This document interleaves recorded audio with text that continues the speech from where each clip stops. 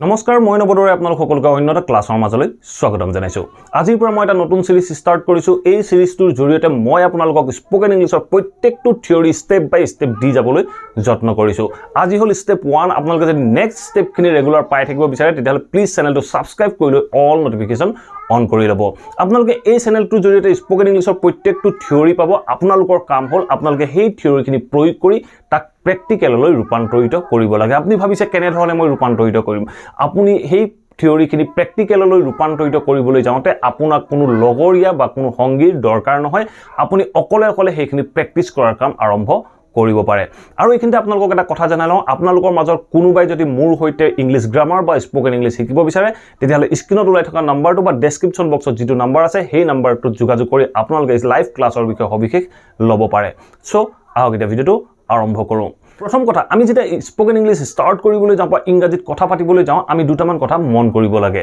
আমি প্ৰথম অৱস্থাত কেতিয়াও দীঘল বাক্যবোৰ ক'বলৈ যত্ন কৰিব নালাগে আমি প্ৰথম অৱস্থাত যিবোৰ ছুটি বাক্য যিবোৰ আমি বাক্য ছুটি কৈ ক'ব পাৰোঁ সেই বাক্যবোৰ প্ৰেক্টিছ কৰিব লাগে আমি কোনবোৰ বাক্য প্ৰেক্টিছ কৰিম আমি যিবোৰ টেন্সৰ ভিতৰত আমি বাক্য ক'ব পাৰোঁ সেই বাক্যখিনি আমি প্ৰেক্টিছ কৰিব লাগে আমি টেন্সৰ ভিতৰত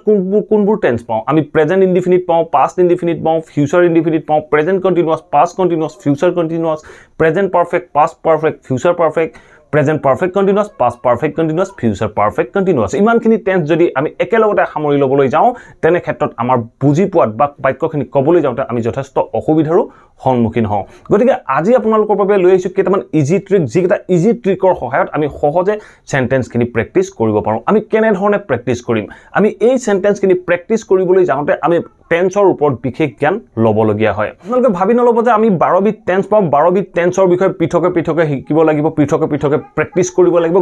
গতিকে আমাৰ কনফিউজ ক্ৰিয়েট হ'ব আপোনালোকে তেনে ধৰণে নাভাবিব আমি এই 12 বিট টেন্সক মাত্ৰ 4টা ভাগত বিভক্ত কৰি লৈছো এই 4টা ভাগত বিভক্ত কৰি লৈ আমি এই সকলোখিনি শিকিবলৈ যত্ন কৰিম আপোনালোকে এই ভিডিওটোত এটা বস্তু ধ্যান দি যাব আমি টেন্সবোৰ যেতিয়া শিকিম আমি কেনে ধৰণে শিকিম আৰু টেন্সবোৰৰ মাজত আপোনালোকে জাস্ট ডিফাৰেন্ট কোন বুজিবলৈ যত্ন কৰিব সো আমি কেনে ধৰণে শিকিম উইথ এক্সাম্পলৰ হৈতে বুজিবলৈ যত্ন কৰো আহক প্ৰথমে চাও আমি ইনডিফিনিট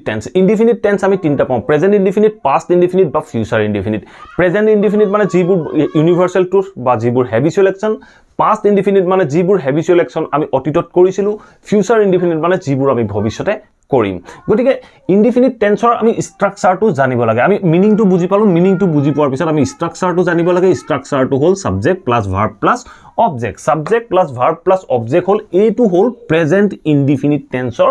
স্ট্ৰাকচাৰ পাষ্ট ইনডিফিনিট টেন্সৰ স্ট্ৰাকচাৰ একেটাই আপোনালোকে চাওক subject plus verb plus object subject plus verb plus object structure একেটাই আপোনালোকে এটা স্ট্ৰাকচাৰৰ পৰাই বাকি কিটা স্ট্ৰাকচাৰৰ ডিফাৰেন্ট কোন উলিয়াই লব আমি স্ট্ৰাকচাৰ একেটাই আমি জাস্ট কি কৰিব লাগে পাষ্ট ইনডিফিনিটত যেটো ভাৰ্ব পালো সেই ভাৰ্বটোৰ আমি সেকেন্ড ফৰ্ম ইউজ কৰিব লাগে subject plus v2 plus object এটা চাও আমি ফিউচাৰ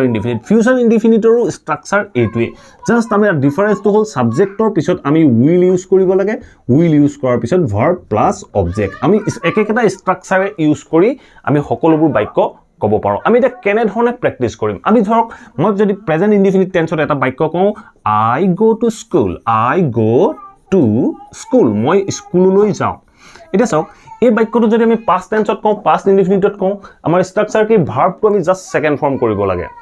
ভাৰ্বটো সেকেন্ড ফৰ্ম কৰিলে আমাৰ এই বাক্যটো পাষ্ট ইনডিফিনিটলৈ গুচি যাব ইয়াত ভাৰ্ব কি আছে গো আছে তেতিয়া আমি গো টু কৰিম went I went to school মই স্কুললৈ গৈছিলো যদি আমি ফিউচাৰ ইনডিফিনিট কৰোঁ ফিউচাৰ ইনডিফিনিটৰ স্ট্ৰাকচাৰ কি আমি জাস্ট উইল টু ইউজ কৰিব লাগে আপোনালোকে ডিফাৰেন্ট কনচেপ্ট যিকেইটা স্ট্ৰাকচাৰ কেইটাৰ মাজত ডিফাৰেন্ট কোনহে মনত ৰাখিব লাগে আমি উইল ইউজ কৰিলে বাক্যটো কমপ্লিট হ'ব সো আমি কম আই তেতিয়া আমি উইল ইউজ কৰিম আই উইল গো টু স্কুল মই স্কুললৈ যাম এনে ধৰণে আমি প্ৰেক্টিছ কৰিব লাগে নেক্সট এটা এক্সাম্পল লওঁ নেক্সট এক্সাম্পলটো আমি ক'ব পাৰোঁ যে হি gets up at 6 o'clock আমি কলো যে he gets up at 6 o'clock he ৰাতিপুৱা 6 বজাত শুই উঠে he gets up at 6 o'clock আমি সাবজেক্টটো থাৰ্ড পাৰসন সিঙ্গুলাৰ নাম্বাৰ হলে আমি get যিকোনো ভাৰ্বৰ লগত s by es যোগ দিব লগা হয় সো আমি কলো he gets up at 6 o'clock he ৰাতিপুৱা 6 বজাত শুই উঠে এটা চাওক এই বাক্যটো আমি পাষ্ট ইনডিফিনিটলৈ নিব লাগে ভাৰ্বটো আমি সেকেন্ড ফৰ্ম কৰি দিলে হৈ যাব ভাৰ্বটো আমি সেকেন্ড ফৰ্ম কৰি দিবলৈ যাওঁতে আমি ভাৰ্ব কি পালো গেটছ আপ আছে সো আমি কম he got up at 6 o'clock বাকিখিনি একে থাকিব he got up at 6 o'clock he ৰাতিপুৱা 6 বজাত শুই উঠিছিল যদি আমি ফিউচাৰ টেন্সত কওঁ হি ৰাতিপুৱা 6 বজাত শুই উঠিব তেতিয়া আমি কেনে ধৰণে কম হি উইল তেতিয়া আমি কম হি বে বাক্যটো একেই থাকিলে আমি কম he will get up at 6 o'clock তেতিয়া আমি কম he will get up at 6 o'clock he will get up at 6 o'clock he ৰাতিপুৱা 6 বজাত শুই উঠিব এনে ধৰণে আমি যিকোনো এটা বাক্য তিনিটা টেন্সতে প্ৰেক্টিস কৰিব লাগিব যিকোনো এটা বাক্য ললে আপুনি প্ৰেজেন্ট টেন্সত কেনেকৈ ক'ব আপুনি পাষ্ট টেন্সত কেনে ধৰণে ক'ব আপুনি ফিউচাৰ টেন্সত কেনে ধৰণে ক'ব তাৰ ওপৰত প্ৰেক্টিস কৰিব লাগিব এটা সক ইনডিফিনিট টেন্সত কেৱল আমি একেটাই সেন্টেন্স পাও এনে নহয় ইনডিফিনিট টেন্সত আমি পাও ষ্টেট অফ বিইং আৰু ষ্টেট অফ পজিশন এটা কথা হল ষ্টেট অফ বিইং মানে কি ষ্টেট অফ পজিশন মানে কি তাৰ বিষয়ে আমি জানিব লাগিব এই বাক্যখিনি আপোনাৰ ষ্টেট অফ বিইং বা ষ্টেট অফ পজিশনৰ যিবোৰ বাক্য হে বাক্যবোৰ আমি প্ৰেজেন্ট ইনডিফিনিটতো ক'ব পাৰো আমি পাষ্ট ইনডিফিনিটতো ক'ব পাৰো আমি ফিউচাৰ ইনডিফিনিটতো ক'ব পাৰো সো আমি কেনে ধৰণে কম তাৰ বিষয়ে অকমান শিকি লওঁ আহক আপোনালোকে বোৰ্ডত এটা এক্সাম্পল দেখিছে যে হি ইজ এ ডক্টৰ এই বাক্যটো হল ষ্টেট অফ বিইং মানে হল এজন ব্যক্তিৰ স্থিতি কি এই ব্যক্তিজন কি হয় আমি যেতিয়া তেনে ধৰণে ক'বলৈ যাম বাক্যটো সেই বাক্যটো কোৱা হয় ষ্টেট অফ বিইং আৰু এটা কথা মনত ৰাখিব যেতিয়া আপুনি ষ্টেট অফ বিইঙৰ কোনো এটা বাক্য কয় সেই বাক্যটোত এম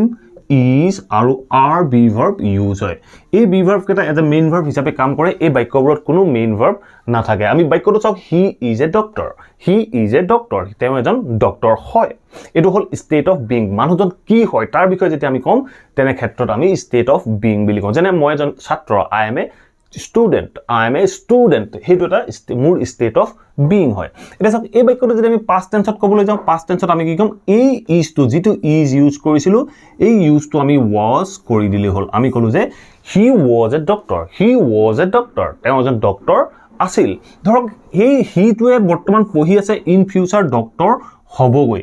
in future doctor হ'বগৈ মানে in future এই ডক্টৰটো তাৰ state of being হ'ব সো তেতিয়া আমি কি কম he will be a doctor আমি এনে ধৰণে বাক্যটো ক'ব লাগিব he will be a doctor এটা সক state of being or present tense ত আমি am is are ইউজ কৰিছিলো past tense অৰ বাবে আমি was আৰু were ইউজ কৰো was আৰু were আৰু future tense অৰ বাবে আমি ইউজ কৰো will be সো মনত ৰাখিব আপোনালোকে হয়তো নিশ্চয় জানে যে am is are ইউজ হোৱাৰ পিছত verb ইউজ হয় verbৰ continuous form ইউজ হয় আৰু will be ইউজ হলে future tense ত verbৰ continuous form ইউজ হয় কিন্তু ইয়াত চাও কোনো verb নাই ইয়াত এটা object আছে he will be a doctor he was a doctor he is a doctor ইয়াত এই ডক্টৰটো হল এটা object সো এই be verbৰ পিছত এটা object ইউজ হৈছে বা will be পিছত এটা object ইউজ হৈছে এনে ধৰণৰ বাক্যবোৰক কোৱা হয় state of being এনে ধৰণৰ বাক্যবোৰ আপোনালোকে ডেইলি প্ৰেক্টিস কৰিব লাগিব নেক্সট সেন্টেন্সটো কি কৈছে she has a car তাই এখন গাড়ী আছে এই বাক্যটো হল state of possession মানে কি আপোনাৰ ওচৰত কি আছে মোৰ ওচৰত কি আছে বা তেওঁৰ ওচৰত কি আছে তাইৰ ওচৰত কি আছে যেতিয়া কোনোবা এজন ব্যক্তিৰ ওচৰত কিবা এটা আছে বুলি ক'ব লগা হয় তেনে বাক্যবোৰক state of possession বুলি কোৱা হয় সো মনত ৰাখিব state of possession মানে কোনোবা এজন ব্যক্তিৰ ওচৰত কিবা এটা আছে সো এই বাক্যটো চাওক she has a car তাই এখন গাড়ী আছে এটো প্ৰেজেন্ট ইনডিফিনিট টেন্সৰ বাক্য ইয়াত প্ৰেজেন্ট ইনডিফিনিট টেন্সত state of being অৰ ক্ষেত্ৰত have আৰু has ইউজ হয় আছে অৰ্থ বুজাবৰ বাবে সো বাক্যটো ক'লে যে she has a car তাই এখন গাড়ী আছে এটো state of being ইয়াত কোনো verb নাই চাওক she has a car she has অৰ পিছত কোনো verb নাই verbৰ কোনো third form ইউজ হোৱা নাই সো এই বাক্যটো state of being বুজালে এতিয়া এই বাক্যটো যেতিয়া আমি past tenseত ক'বলৈ যাওঁ past indefinite কৰিবলৈ যাওঁ আমি কম she had a car তাই এখন গাড়ী আছিল সো past tenseত আমি ইউজ কৰো had সো এটা গম পালো যে she has a car means তাই এখন গাড়ী আছে she had a car means তাই এখন গাড়ী আছিল যদি আমি এই বাক্যটো ফিউচাৰত ক'ব লগা হয় ফিউচাৰ ইনডিফিনিটত ক'ব লগা হয় আমি কেনে ধৰণে কম তাই এখন গাড়ী থাকিব তেনে ক্ষেত্ৰত আমি কম এই বাক্যটো ক'বলৈ যাওঁতে আমি লিখিব লাগিব she will have a car তাই এখন গাড়ী থাকিব যেতিয়া আমি এই state of possessionৰ কথা future tenseত ক'বলৈ যাওঁ তেনে ক্ষেত্ৰত আমি ইউজ কৰো will have সো আমি বাক্যটো ক'লো she will have a car তাই এখন গাড়ী থাকিব আমি ঠিক তেনে ধৰণে বিভিন্ন বাক্য ক'ব পাৰো আমি বিভিন্ন বাক্য ক'ব পাৰো আমি ক'ব পাৰো যে I have some pens মোৰ অলপ কলম আছে I have some pens মই যদি সেই বাক্যটো past tense ত কওঁ I had some pens মোৰ অলপ কলম আছিলে মোৰ অলপ কলম থাকিব I will have some pens মোৰ ওচৰত অলপ কলম থাকিব এনে ধৰণে আমি যিবোৰ state of possession হয় state of possessionৰ বাক্যবোৰ প্ৰেক্টিস কৰিব লাগিব এনে ধৰণে আপোনালোকে যেতিয়া ইনিশিয়াল ষ্টেজত স্টেপ 1 ত প্ৰেক্টিস কৰিব এই যিমানবোৰ আমি ইনডিফিনিট টেন্সৰ বাক্য শিকিলো এই বাক্যখিনি প্ৰেক্টিস কৰক নেক্সট ষ্টেপত মই আপোনালোকক কম আমি নেক্সট কি প্ৰেক্টিস কৰিব লাগিব সদায় মনত ৰাখিব যিকোনো টেন্স যিকোনো এটা কাহিনী কবৰ বাবে যিকোনো এজন ব্যক্তিৰ লগত কথা পাতিবৰ বাবে মোস্ট ইম্পৰ্টেন্ট হয় যেতিয়া আপুনি কোনো এজন ব্যক্তিৰ লগত কনভাৰসেচন কৰিবলৈ যাব যেতিয়া কোনো এজন ব্যক্তিক আপুনি কোনোবা এটা ষ্টৰীৰ বিষয়ে ক'বলৈ যাব যেতিয়া কোনোবা এজন ব্যক্তিক আপুনি কোনোবা এটা নিউজ আৰ্টিকেলৰ বিষয়ে ক'বলৈ যাব তেনে ক্ষেত্ৰত আমি সদায় প্ৰয়োগ কৰিবলগীয়া হয় past tense গতিকে প্ৰত্যেকটো টেন্সে খুব ইম্পৰ্টেন্ট হয় আপোনালোকে প্ৰত্যেকটো টেন্সৰ যিকোনো সেন্টেন্সবোৰ প্ৰেক্টিস কৰিবলৈ আৰম্ভ কৰক নেক্সট ষ্টেপত আমি শিকিম প্ৰেজেন্ট কন্টিনিউয়াস টেন্স বা past কন্টিনিউয়াস টেন্স বা ফিউচাৰ কন্টিনিউয়াস টেন্স আমি কেনে ধৰণে প্ৰেক্টিস কৰা উচিত বা কেনে ধৰণে আমি বিভিন্ন কাৰণত প্ৰেজেন্ট কন্টিনিউয়াস টেন্স ইউজ কৰো সো আশা কৰো আপোনালোকে এই ভিডিওটোৰ পৰা নিশ্চয় বুজি পালে আমি ষ্টেপ 1 ত কি কৰিব লাগে সদায় মনত ৰাখিব ছুটি বাক্যবোৰ ক'বলৈ যত্ন কৰিব যদি ভিডিওটো ভাল পালে প্লিজ লাইক শেয়াৰ আৰু কমেন্ট কৰিবলৈ নাপাহৰিব আৰু যদি চেনেলটো সাবস্ক্ৰাইব কৰা নাই সাবস্ক্ৰাইব কৰি অল নটিফিকেশন অন কৰি ল'বলৈ নাপাহৰিব thank you for watching this video